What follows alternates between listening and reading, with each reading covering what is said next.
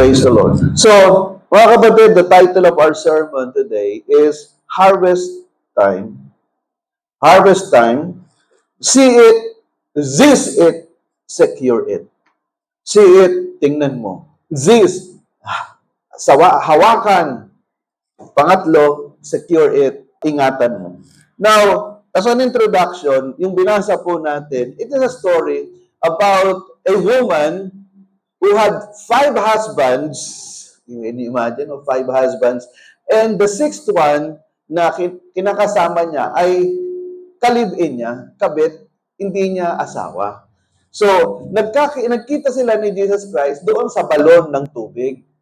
So, nag-usap sila at naunawaan noong babae na yung kausap niya ay yung Mesaya na matagal na nilang hinihintay, na more than 700 years na hinihintay ng Israel, na yung katuparan ng pagdating ng Mesaya, naunawaan ng babae, ito na yung Mesaya. Ito yung hinihintay namin. So, kaya ginawa ng babae, mga kapatid, ay tumakbo siya, iniwan niya yung kanyang banga. Nakalimutan niyang iigib pala siya. So, ginawa niya, iniwan niya yung kanyang banga, tumakbo siya pabalik doon sa village.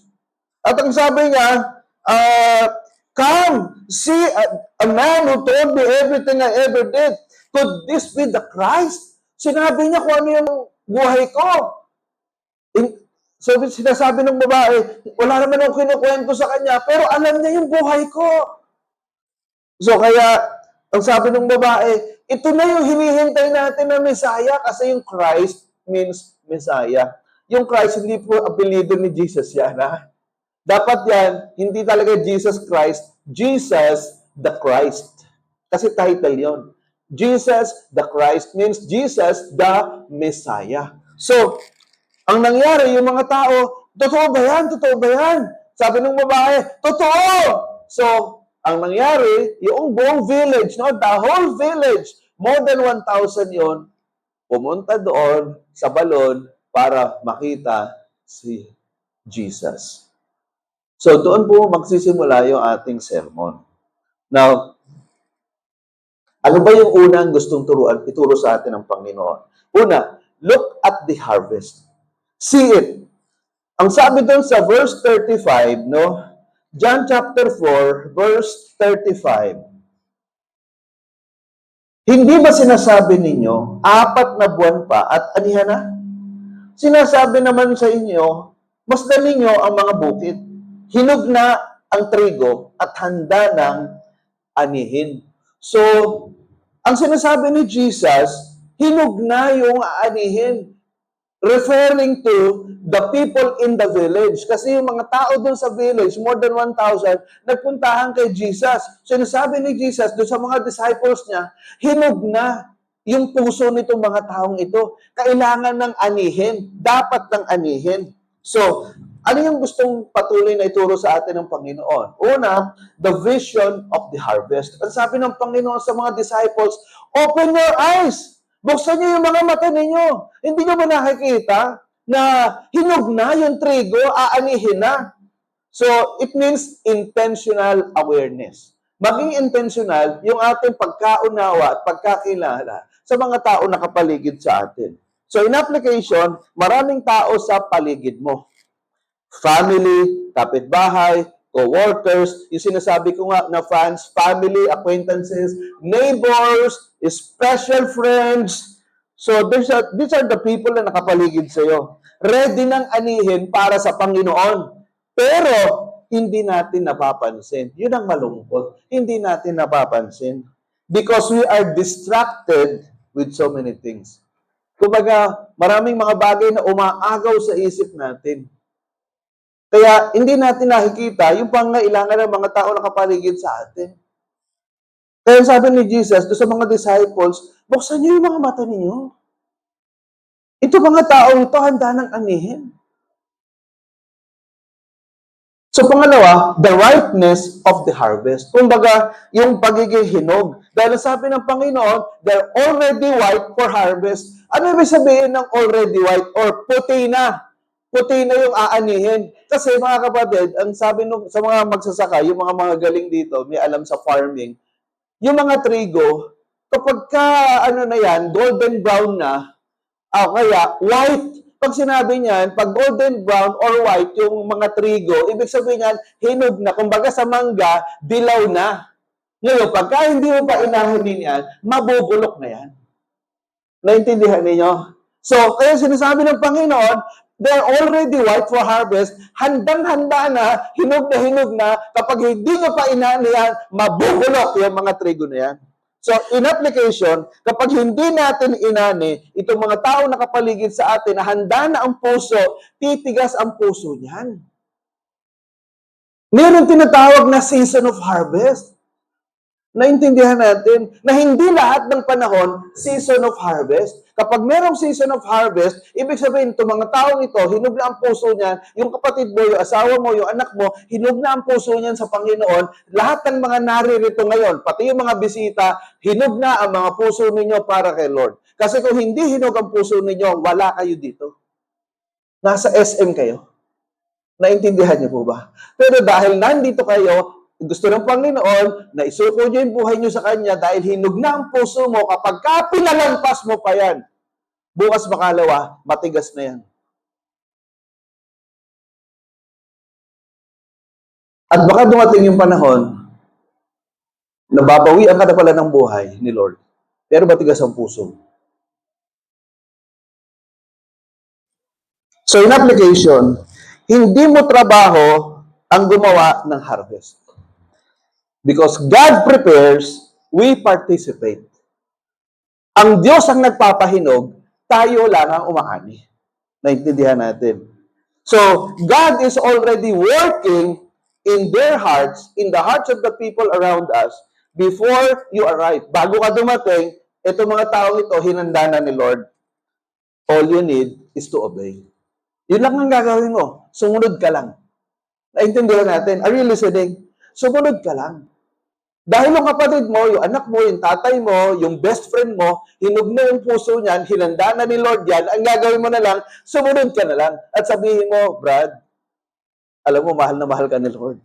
At mahal din naman kita dahil ikaibigan kita or tatay ko po kayo, nanay ko po kayo, kapatid kita, best friend kita. Alam kong gusto ni Lord na hindi lang tayo magkasama dito sa lupa. Ang gusto ni Lord, hanggang langit. Dahil sa langit, may forever. Amen?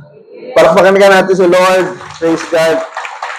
So, pangatlo, the urgency of the harvest. The urgency, God, talagang nagmamadali na.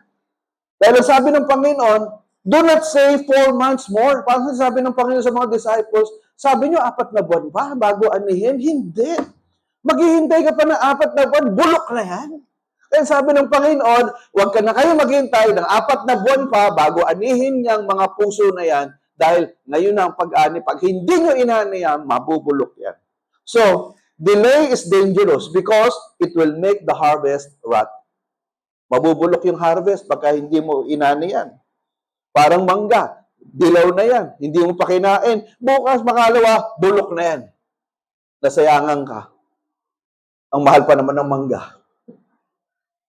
So, people's hearts can harden if not harvested at the right time. Alam niyo, meron ako isang experience na hindi ko makakalimutan kahit kailan.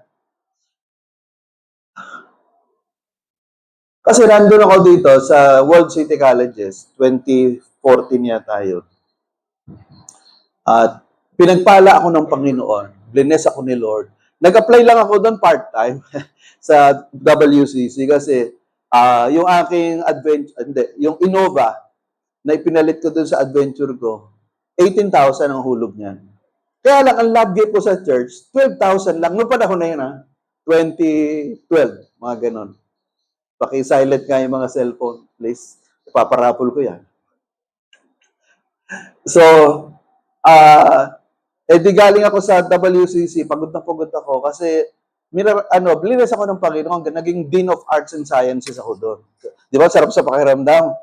Part-time lang hinahabol ko, yung pala, deanship ang binigay sa akin ni Lord. So, pagod na pagod ako, nag-park ako dyan, nung sa kabilang building, nung aking Innova. Nakatayo doon yung may-ari noong Water Tradition, yung tubigan. Nangusap ang Holy Spirit sa akin, sabi, sharean mo ng gospel. Nakipagtalo ako sa Lord, pagod ako bukas na lang.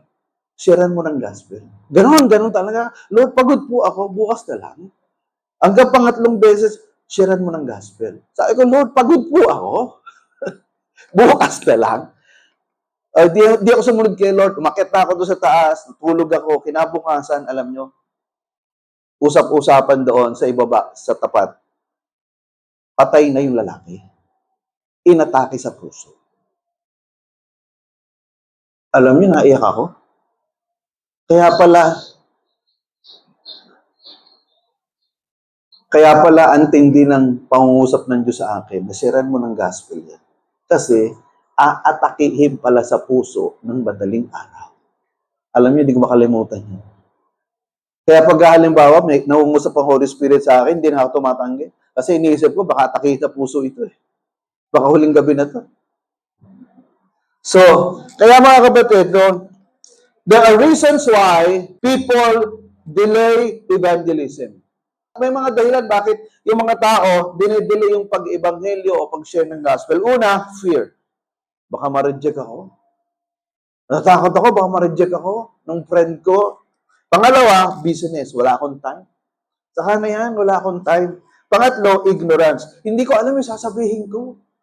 Pangapat, apathy. Ito, medyo bibigat yung term sa English. Pero, okay, English time, apathy.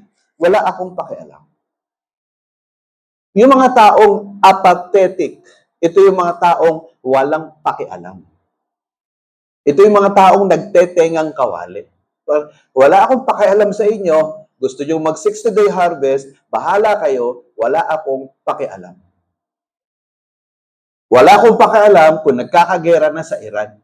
Wala akong pakialam kung malapit nang dumating si Lord. Wala akong pakialam, kung gusto nyo mag-Bible study, kayo na lang, wala akong pakialam. Ito yung mga taong apathetic. Guilt feeling. Nakaka-guilty naman. Sige na nga, nagigilty na ako sa sinasabi ni Pastor. Pero alam niyo, mga wrong attitudes to eh. Because without proper understanding of our mission, we become irresponsible and heartless.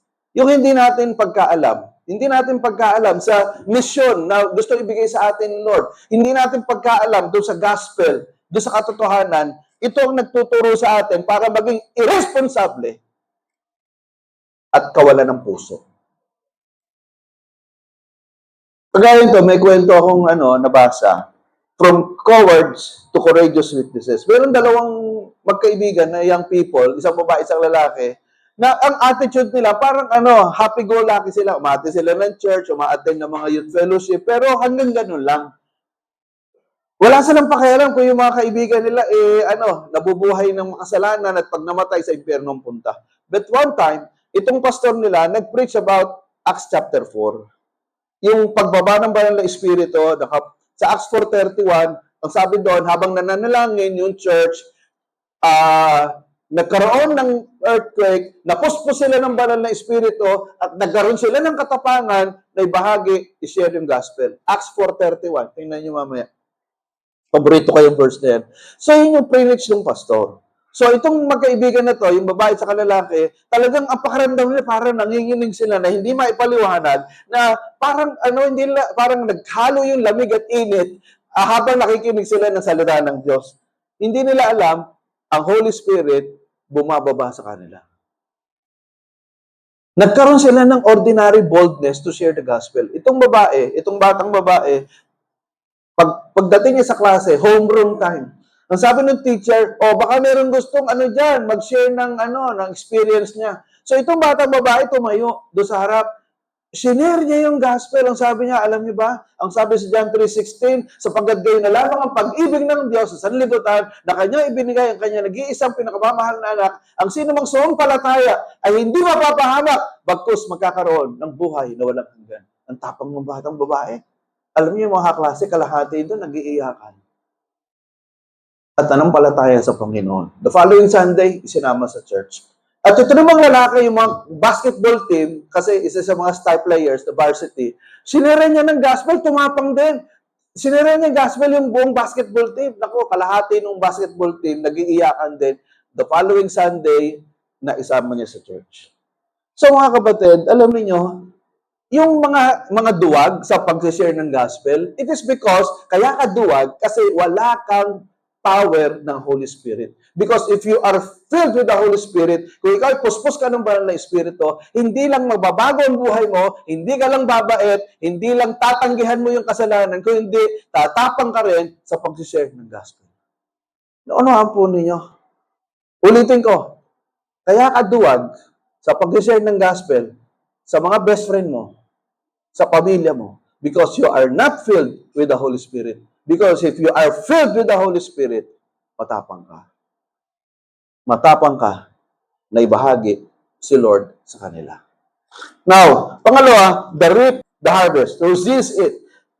Anihin mo, one sows, another reaps. May mga naghahasik, may taga-ani. Iba yung taga-hasik, iba yung taga-ani. Sinasabi ni Jesus doon sa mga disciples niya, aanihin nyo ngayon yung mga itinanim ng mga nauna ng mga anak ng Diyos. Okay? So, ibig sabihin, listen to this. May mga taong magagaling maghasik ng salita ng Diyos. May mga tao na magagaling umani ng mga taong nahasikan ng salita ng Diyos. Ang sabi ni Jesus, sa huling panahon, yung naghahasik at nag-aani, pareho lang ang reward. Are you listening? So, ibig sabihin, ito pakinggan nyo mabuti ito. Sinasabi ni Jesus, no, na kapag ikaw, naghahasik ka ng salita ng Diyos, yung mga tao marahil, sabihin, hindi ka tatanggapin, i-reject yung mga sinasabi mo.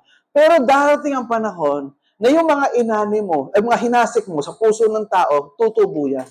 At meron mga tao na pagka, nag-preach, nag-share ng word of God, hinog na yung mga puso ng mga tao kasi tumubo na yung hinasik nung nauna sa'yo. Are you listening? So kaya, mga kapatid, kapag, halimbawa ako, nagpipreach ako ng word of God for the past, 40 years. May mga taong hindi tumatanggap sa Panginoon. May mga taong matitigas ang puso. Pero, ibig sabihin, nahasikan ng salita ng Diyos yan. Darating ang panahon, yung mga nahasik na salita ng Diyos, tutubo yan. At may mga taong aani niyan. Naunawaan po ninyo. So, kaya, wag tayong manghinawa. Now, why reap? What is the purpose? Bakit tayo umaani? Because people are lost without Christ. Ang isang taong walang Kristo sa puso, walang Kristo sa buhay, kahit gaano kabait yan, kahit gaano kapilantropo niyan, walang direksyon ang kanyang buhay. So, pangalawa, when to reap? Kailan ba tayo aani? Yung timing. Ibig sabihin, now is the time to reap. Because stop waiting for perfect timing. Obedience is the key to success. Huwag mo nang itanong, kailan kaya ako mag-share ng word of God? Kailan kaya ako mag-share ng best friend ko? Huwag mo nang itanong. Kasi sinasabi ni Jesus, now is the time. At doon naman sa mga hindi pa kayo sigurado na kayo anak ng Diyos, now is the time to surrender your life to Jesus Christ. Not tomorrow, not next week, not next month. Kasi, hindi mo alam kung buhay ka pa bukas. Wala nakakaalam yan.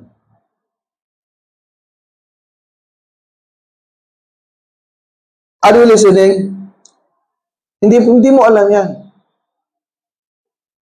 Kaya dapat maging sigurado tayo na kung sakaling bawian tayo ng Diyos ng buhay, sigurado pa tayo, sa langit tayo pupunta. Amen? So, who will reap? Sino ba yung aani? Sino ba yung sinasabi ni Jesus na umani na kayo, mang-ani na kayo? Tayo lahat yon. Hindi lang pastor. Because kung yung mga pastor, mga generals lang yan. Pero sa isang army, hindi naman puro generals lang di ba? Yung mga generals, taga-bigay lang ng mando yan, taga-bigay ng guide, sila mga leader. Pero Kung wala yung mga army, wala yung mga sundalo, hindi naman mananalo sa gera, di ba? So kaya yung mga pastor, sila yung mga generals, kayo yung mga sundalo. Every believer is a reaper. Again, every believer is a reaper. And then, what to do? Ano bang gagawin natin? So, you share the message of the Lord. Because man is sinful, lost, and bound to hell. And Jesus is the Savior of the world. Ano ibig sabihin ko nun? Ang tao, ligaw. Makasalanan. Papunta sa impyerno. Pero si Jesus, ang tagapagligtas ng lahat. Man is sinful, Jesus is the Savior. That is the message. So, merong isang message dito, how to share the gospel, yung Romans Road. Ano sabihin ng Romans Road? Ito puro sa Book of Romans. Una, Romans 3:23. Sapagkat ang lahat ay nagkasala. Lahat makasalanan. Hindi mo pwede sabihin, Pastor, ako naman, minsan lang ako nagkasala sa loob ng isang linggo. O sige, isang beses ka lang magkasala sa isang linggo. Ilang linggo meron sa isang taon? 52. Okay. Kung 10 taon ka nang, sabihin natin, in 10 years, yung 52 times 10, ilan yan? 520. Sa 20 years, ilan yung 52? 1,040. So, ibig sabihin, meron kang 1,000 na mahigit na kasalanan, sa palagay mo, papapasukin ka sa langit. Sabihin mo, once a week lang naman ako magkasala. May 1,000 kang kasalanan. Sa palagay mo, papapasukin ka ni Lord. Hindi ka papasukin. Dahil lahat ay nagkasala, walang nakaabot sa pamantayan ng Diyos. Walang nakaabot sa kalwalatian ng Diyos. Pero ito yung maganda. Sa Roma 5:8-9, ngunit pinaturayan ng Diyos ang kanyang pag-ibig sa atin nang mamatay si Kristo para sa atin, nang tayo'y makasalanan pa. Yabang sa pamamagitan ng kanyang dugo, tayo ngayon ay napawalang sala. Ibig sabihin, nung makasalanan pa tayo, namatay si Kristo sa krus. Ngayon, lahat ng mananampalataya sa kamatayan ni Kristo sa krus, kaya namatay si Kristo sa krus para patawarin ka, para linisin ka, at kapag namatay ka, sa langit ka pupunta. Kung mananampalataya ka kay Kristo na namatay sa iyo, ikaw, kikilalanin mo siya bilang Panginoon, tagapagligtas at Diyos ng iyong buhay, you will go to heaven. Roma 6:23. Sapagkat kamatayan ang kabayaran ng kasalanan. Kamatayan ang kabayaran ng kasalanan. Ano ba yung kabayaran na yan? Lahat tayo sa impyerno pupunta. We don't deserve heaven. Nobody deserves heaven. Kahit ako, I don't deserve heaven because I'm a sinner. Pero, ang sabi niya, ngunit, ang libreng kaloob ng Diyos ay buhay na walang hanggan. Ano ibig sabihin yan? Libre yung gift of God. It is free. The gift of God. Ano yung gift of God? Eternal life that we can find only in Jesus Christ. Yung buhay na walang hanggan, ito ay libre. Ito ay regalo ng Diyos na makakarating tayo sa langit at di tayo sa impyerno kapag tinanggap mo yung regalo ng Diyos, yung gift of God, because the gift of God is eternal life in Christ Jesus. Hindi sa relihiyon.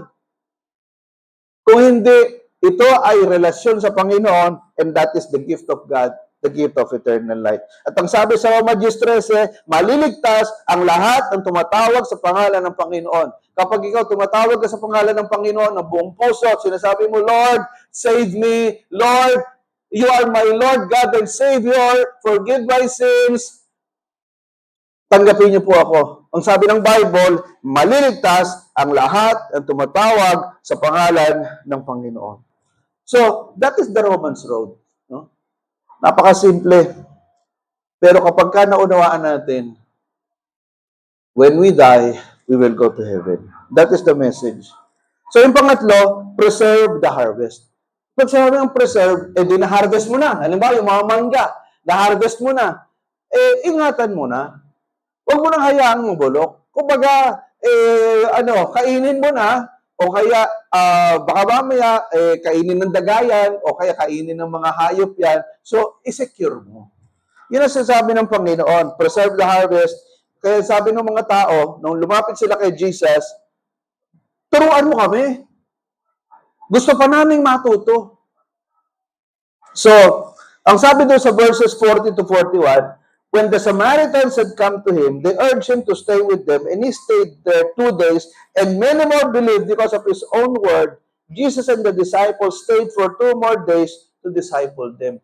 So, nagstay si Jesus, nagstay pati yung mga disciples, though they stayed for 2 more days, and they taught the word of God to the Samaritans.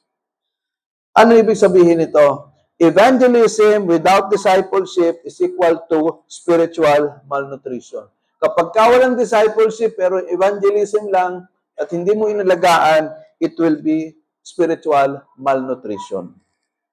And also, no discipleship equals spiritual babes in Christ. Kaya alam niyo, marami mga Kristiyano na ang tatagal na sa Lord, ang tatagal na sa church, pero mga pasaway. Naintindihan niyo? Pag tinanong mo, ay, kailan ka na born again? Ay, takal na, 20 years ago, na born again na ako, nauna pa ako sa iyo, pastor. Pero tingnan mo yung mga buhay. Walang pagbabago. Mga pasaway. Sila yung laging pina-follow up. Sila yung laging dinadalaw. Sila yung laging iniingatan. At sila yung laging pinagpe-pray na, Lord, sana po itong taong ito ay mabago po ang buhay niya. Tulungan niyo po siya, Panginoon. Pero 20 years na. At yung mga nagpe-pray, iba 5 years pa lang kay Lord, abay matitibay na. Bakit? Because of discipleship. Kaya yung mga hindi nag-undergo ng discipleship, ang sabi ni Paul, spiritual babes in Christ. Basahin niyo 1 Corinthians 3, 1-3. Ang sabi ni Paul, gatas ang binibigay ko sa inyo kasi hindi niyo kayang nguyain yung karne ng salita ng Diyos kasi hindi kayo nagbabago, hindi lumalago faith ninyo. Yun ang sabi ni Paul, 1 Corinthians 3, 1-3. Gatas ang binibigay ko sa inyo kasi yan lang ang kaya niyong kainin. Hindi niyo kayang nguyain yung mga mabibigat na katuruan ng salita ng Diyos. Why? Because you are not following the Word of God. Hindi ka lumalago eh. In application, how to grow in the Lord. Una, Sunday worship. Umattend po kayo every Sunday. Alam niyo yung mga uma-attend every Sunday, yun yung mga tumitibay sa faith. Pangalawa, personal Bible study. Do not just read the Word, you study the Word. Okay? Do not just read the Word, you study the Word.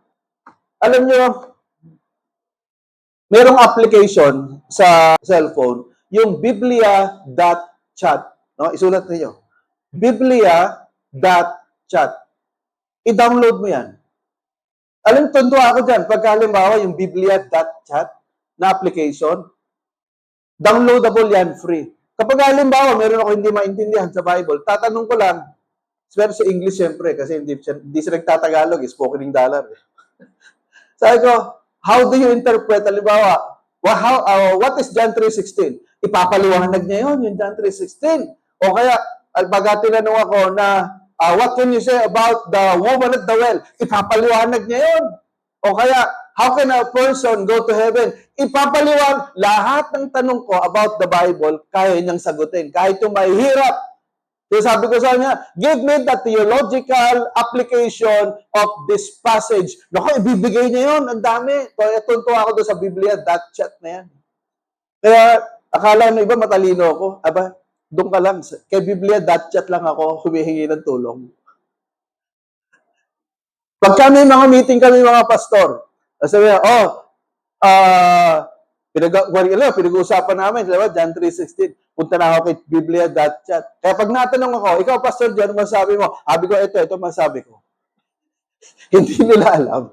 Kinuha ko lang yan kay Biblia.chat. So, mga kapatid, nakakatuwa eh. Pagka, talagang tuwan-tuwa ako dyan kay Biblia.chat na yan. So, purihin ng Diyos na na-discover ko yan. So, and then yung TDT, Discipleship. Timothy Discipleship Training na naisulat ko yan, libro na yan, since 2016, yan po, ginagamit natin sa discipleship.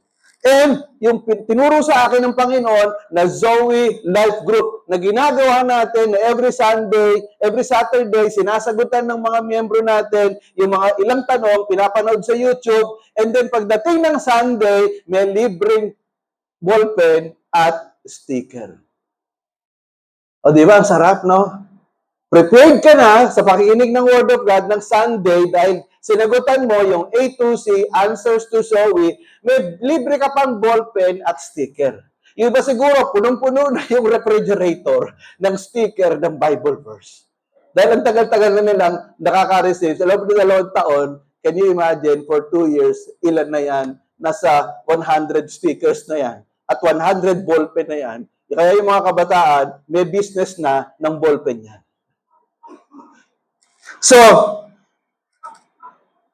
kagaya nito, yung Zoe Groups Ministry. Ayan. Kasi yung Zoe Group, no, nakakatuwa yan eh. Small group, ang daling gawin, panoorin mo lang yung sermon ko noong nakaraang linggo, may ilang tanong dyan, at yung sagot doon sa tanong, nandoon din, kapag pinakinggan mo, pinanood mo yung video, andun din yung sagot. Kaya napakadali niyan. Hindi ka mahihirapan dyan, naku, baka hindi ko masagutan. Masasagutan mo yan. Kahit na hindi ka nakapag-college, kahit wala kang alam sa Bible, panoorin mo lang yung video, masasagutan mo yung tanong. Kapag ka nag-discussion na, aba, alam mo yung sagot. Naintindihan niyo? Ang lakas ng loob mo, kasi alam mo yung sagot. No? Okay, so the 3 S's of harvest. Ano ba yung 3 S's of harvest? On 3 S's of harvest, see the harvest. Open your eyes. Pangalawa, seize the harvest. Share the gospel. Pangatlo, secure the harvest. Disciple the people. Ano nakalagay sa Matthew 28? Basahin nga natin. Kaya't humayo kayo, gawin niyong alagad ko ang mga tao sa lahat ng mga bansa. Bautismohan niyo sila sa pangalan ng Ama at ng Anak at ng Espiritu Santo. Turuan ninyo silang sumunod sa lahat ng iniutos ko sa inyo. Tandaan ninyo, ako'y laging kasama ninyo hanggang sa katapusan ng panahon. So tingnan ninyo, no? Ito yung pinakatawag dito, Great Commission. Okay, alam niyo na, pagka tinanong kayo, ano ba yung Great Commission sa Bible? Pwede ka magtaas ng, alam ko yan, Mateo 28, 19, 20. Ang sabi ng Panginoon, humayo kayo at gawin niyo alagad ko ang lahat ng tao sa mga bansa. Bansa, no? Sabi, ibig sabihin ni Lord, pumunta kayo sa iba-ibang bansa. Pinapapunta tayo ni Lord sa lahat ng mga bansa. Can you imagine? Gusto ni Lord, mag-travel tayo sa iba-ibang mga bansa. Di ba ang sarap? Mag-travel tayo sa iba-ibang mga bansa. Ibig sabihin yan, kasi ang purpose niya ni Lord, hindi ka lang magtatrabaho, hindi ka lang OFW, kundi padadala ka ni Lord para mag-mission. Okay. Kaya halimbawa, ito, mag-isip na kayo, ano ba yung tatlong bansa na gusto nyong napasa isip nyo na gusto nyong puntahan? Mag-pray ka, Lord, gusto ko pumunta sa Switzerland. Gusto ko pumunta sa London. Gusto ko pumunta sa sa Ukraine. No? Ipadadala ka ni Lord doon. OFW, and then, para magbisyon. Sabi ng Panginoon, bautismohan nyo sila, kaya napakahalaga ng baptism. Iba ay magpabautismo. Anong dahilan ba tayo magpabautismo? Isa lang ang dahilan yan eh. Hindi ka anak ng Diyos. Kasi kung talaga anak ka ng Diyos, walang makakapigil sa iyo para magpabautismo. Sabi diyan, bautismo niyo sa pangalan ng Ama, ng Anak at ng Espiritu Santo. Turuan niyo silang sumunod sa lahat ng inuutos ko sa inyo. Tandaan ninyo, ako'y laging kasama ninyo hanggang sa katapusan ng mundo. Sa katapusan ng panahon. Kasama natin ang Banal na Espiritu. So the problem is, great harvest, few harvesters. Yun ang problema. Napakalaki ng aanihin, napakaraming tao nangangailangan sa Panginoon. Ang problema, kakaunti ang aani. Bilang na bilang. So, ang sabi sa Luke chapter 10, verse 2, basahin nga natin. He said to them, there are a great many people to harvest, but there are only a few workers. So, pray to God who owns the harvest that He will send more workers to help gather His harvest. So, ano ibig sabihin ng great? Sa Greek po ay megas. Yun ang Greek ng great. Ang ibig sabihin yan, overwhelming in quantity, like beyond counting. Hindi mo na mabilang. Sobrang dami na. Yun ang ibig sabihin ng great or megas in Greek. So, in other words, hindi problema ang harvest. Hindi ba, saan ako mag-harvest? Sino share ko ng gospel? Ang sinasabi ng Panginoon, napakarami! Hindi mo na nga mabilang. Megas na nga, megas, parang mega mall. Megas. Sabi, napakarami. Ang problema na lang, ikaw, sumunod ka na sa Panginoon. So, in life application, una, have compassion for the lost. Magkaroon ka ng compassion, magkaroon ka ng matinding kahabagan sa mga taong naliligaw. Tandaan niyo, Ang mga tao walang Kristo sa puso, ligaw ang buhay niyan. Kahit sabihin na successful yan, kahit sabihin natin na ang dami mga degrees niyan, may master's yan, may PhD yan, pero kung walang Kristo sa puso, ligaw yung taong yan. So have compassion for the lost. Pangalawa, align yourself to God's desire for more harvesters. I-align mo yung puso mo. Ang desire ni Lord, ikaw magpagamit ka. So magpagamit ka sa Panginoon. I-align mo ang puso mo sa plano ng Diyos na maging harvester ka. Pangatlo, rebuke your cowardness, laziness, and apathy. Pagalitan mo yung sarili mo. Pumarap ka sa salamin, sabihin mo, ikaw ha, tigas na ulo mo ha, tamad ka ha, wala kang pakialam ha, duwag ka ha. So, rebuke yourself. Next, victory comes through prayer. Manalangin ka. Lumuhod ka sa Panginoon. Lord, bigyan niyo ako ng power. Bigyan niyo ako ng wisdom, Lord. Bigyan niyo ako ng compassion sa puso ko, Lord. Para yung mga kaibigan ko, pag nakita ko, magkakaroon ako ng matinding habag sa kanila because dahil wala silang Kristo sa puso. Lord, bigyan mo ako ng compassion. Bigyan mo ako ng awa. Bigyan mo ako ng habag, Lord. Bigyan mo ako ng talino. Bigyan mo ako, Lord, ng katapangan, ng lakas ng loob. Give me authority, power, and wisdom to share the word. Naintindihan po ninyo. Napakahalaga ng prayer. You want power from God. You pray because power comes through prayer. Naintindihan ba natin yan? Parang pakiramdam mo, Pastor, bakit ako parang wala akong power sa buhay ko? Parang wala akong power na parang hindi ko maramdaman yung power ng Lord. Ang tanong, nagpe-pray ka ba? Manalangin ka, lumuhod ka sa Panginoon. Basahin mo yung Bible mo habang nakaluhod ka. At umiyak ka sa Panginoon, sabihin mo, Lord, kailangan ako ng power. Naintindihan ba natin? Because that is what I do. That is what I have been doing since 1990. Ang tagal na, di ba? Pero kahit pastor ako, nakikiusap pa rin ako sa Panginoon. Araw-araw, Lord, give me the power. I need your power. I need your authority. I need your wisdom. Next is, encourage others to continue in the Lord. Encourage mo yung kaibigan mo. Encourage mo yung mga kabataan, yung mga kapwa mo kabataan. Encourage mo yung mga kalalakihan. Encourage mo yung mga nanay. Encourage mo yung mga young professionals to continue in the Lord. Hindi yung wala kang pakialam. Hindi yung apathetic ang attitude mo. Dapat compassionate ka. You encourage them in the Lord. Sabihin mo, kapatid, alam mo, mahal na mahal ka ni Lord. Magbasa ka ng Bible. Gusto mo ipag-pray kita? Ano bang gusto mong ipag-pray ko sa iyo? You continue in the Lord. Wag yan gawin mo. Wag yan ang daanan mo. Maliligaw ka dyan. Sabi mo, bumalik ka uli sa Panginoon, magbasa ka ng Bible, mag-join ka sa amin, sa Zoe namin. You continue others to, you encourage others to continue in the Lord. Hindi wala kang pakialam. Bahala ka sa buhay mo. May kasabihan tayo sa Pilipino, buntot mo, hila mo, sungay mo, sunong mo. Ibig sabihin, kanya-kanya tayo. Wala akong pakialam sa iyo. Gusto mo mag-backslide? Bahala ka sa buhay mo. Basta ako sa church. Huwag ganun yung attitude natin. Next is, seek the power from God to evangelize. Ask the Lord for power. Humingi ka ng power sa Panginoon. Next is, train yourself in sharing the gospel. Baka mamaya kulang ka lang sa training. Alam niyo ba, kilala niyo yung mga sa basketball, si Dwayne Wade, no? Dating superstar yan. Ang naging coach niya, si Eric Spoelstra. Si Eric Spoelstra, half Filipino yan. Nabasa ko minsan, na kapag ka nag-jump shot, itong si Dwayne Wade, magkahiwala yung paa. Kaya yung pagka nag-jump shot siya, hindi gaano pumapasok. Ang sabi ni Dwayne Wade, kapag ka nag-jump shot ka, huwag mo paghihiwalayin yung paa mo. Kailangan magkadikit. So, nung ginawa yun ni Dwayne Wade, tumaas yung percentage niya ng shooting. Ito pa, sila Shaquille O'Neal. Kapag ka nag-free throw yan sa foul line, hindi nagbe-bend ang knees. Ang sabi ng coach niya, kapag ka nag-free throw ka, i-bend mo yung knees mo. Kapag nag-bend ka, saka ka mag-shoot.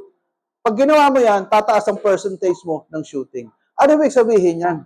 Kailangan natin ng training. We need somebody to tell us what to do. Marahil may ano ka, may desire ka, kaya lang hindi mo magawa eh. You need somebody to train you, to coach you what to do. Naintindihan natin. Okay, that is why, no, kailangan natin mamaya yung 60-day harvest na training. Now, meron po ako nabasa, no, mga kapatid, na may isang balita na inireport ng Raleigh News and Observer tungkol sa isang lalaki na namatay sa isang ospital sa Goldsboro, North Carolina. Ang kwento, habang umiinom siya ng gamot, nabulunan siya, nag-choke. Natumba at tumama ang ulo niya sa sahig. Tulungan siya ng isang nurse na makahinga ulit. At pinaupo siya sa isang upuan sa waiting room. Okay, di ba? Pero ito yung problema. Ito yung nakakalungkot. Umupo siya doon ng 22 oras hanggang sa atakin siya sa puso at mamatay. For 22 hours, nakaupo siya sa waiting room, walang pumupunta sa kanyang nurse. Bakit? Dahil yung mga nurses at yung mga staff naglalaro ng baraha.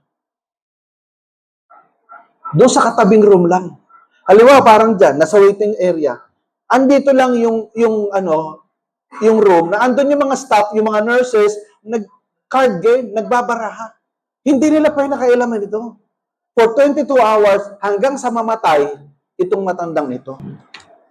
Yung mga taong may responsibilidad na iligtas itong matandang ito, walang ginawa kasi they were distracted, na-distract sila sa isang bagay na walang halaga. Yung buhay na wala, dahil itong mga staff na to, ginagawa nila yung isang bagay na walang kwenta, nagbabaraha. So in spiritual application, parang ganito tayo minsan, yeah?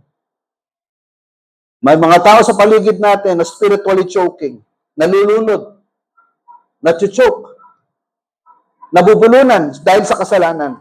Meron mga tao spiritually collapsing, wasak ang buhay, spiritually dying, walang Kristo. Pero tayo, busy sa ibang bagay. Naintindihan niyo ba? The harvest is so great.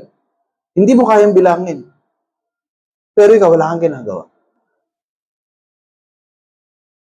Ang tagal mo ng Christian, pero yung mga tao sa paligid mo, wala kang pakialam. Sakit, no? That is why we need to attend the 60-day harvest training mamayang 1 p.m. Mahalaga yan eh. Training yan eh. Para malaman mo, ano bang dapat kong gawin? Alam po niyo, merong nag-viral, Nigerian pastor goes viral for burying 3,000 church members killed by radical Islamist terrorists. Alam niyo ba, napakabalat natin sa Pilipinas. Kasi walang nagpe-persecute sa atin dito. Nag-gather tayo dito. Hindi tayo natatakot na baka mamaya pasukin tayo dito ng mga salbahit, pagbabarilin tayo, pagpapatayin tayo. Pero sa Nigeria, sa maraming lugar na communist and mga Muslim countries, kawawa yung mga Christians. Pinagpapapatay. Sinusunog ang mga simbahan. Ang ginagawa, ito maraming ganitong kwento. Nag-church, ganito, gathering. Nilalak yung mga gate, yung mga salbahe. At susunugin yung church, ang mga miyembro nasa loob. Sunog silang lahat. Ganyang katindi ang nangyari. Can you imagine, 3,000 church members ang kanyang inilibing? Bakit? Pinagpapatay ng mga Muslim. Nakakalungkot, di ba? Pero ang titibay ng faith niyan. Bakit namatay yan? Kasi hindi sila nag-convert sa Muslim. Pinanindigan nila yung kanilang pagiging anak ng Diyos. Pinanindigan nila yung faith nila sa Panginoon. Handa silang mamatay dahil sa pananampalataya nila sa Panginoong Jesus. Ikaw, gaano katibay yung faith mo? Gaano katindi yung faith mo?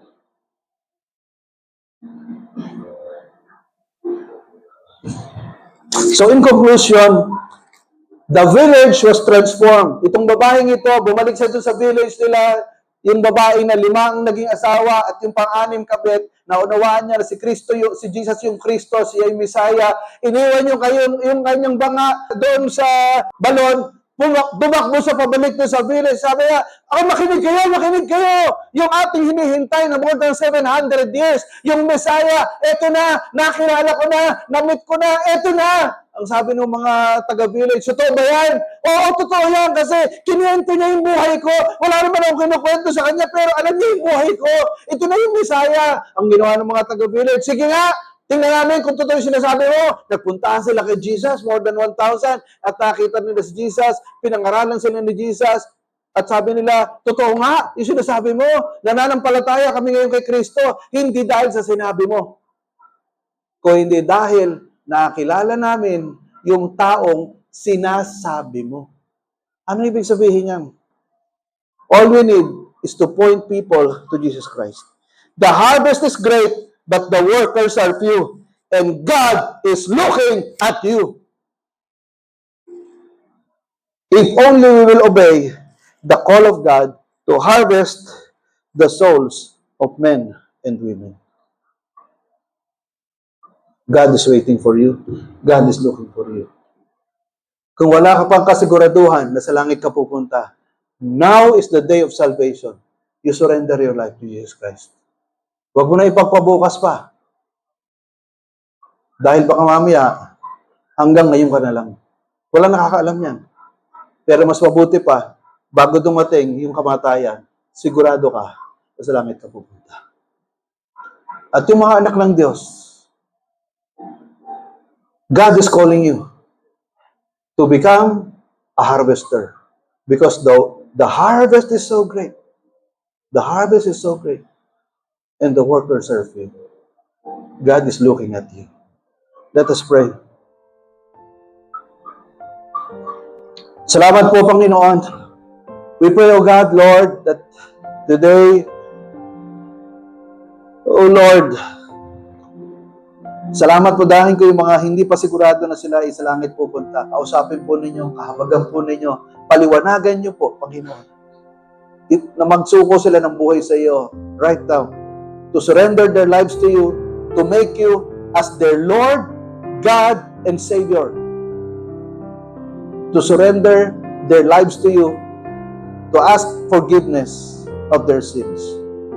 So that the time of their death, they will not go to hell, but they will go to heaven to enjoy eternal life in heaven.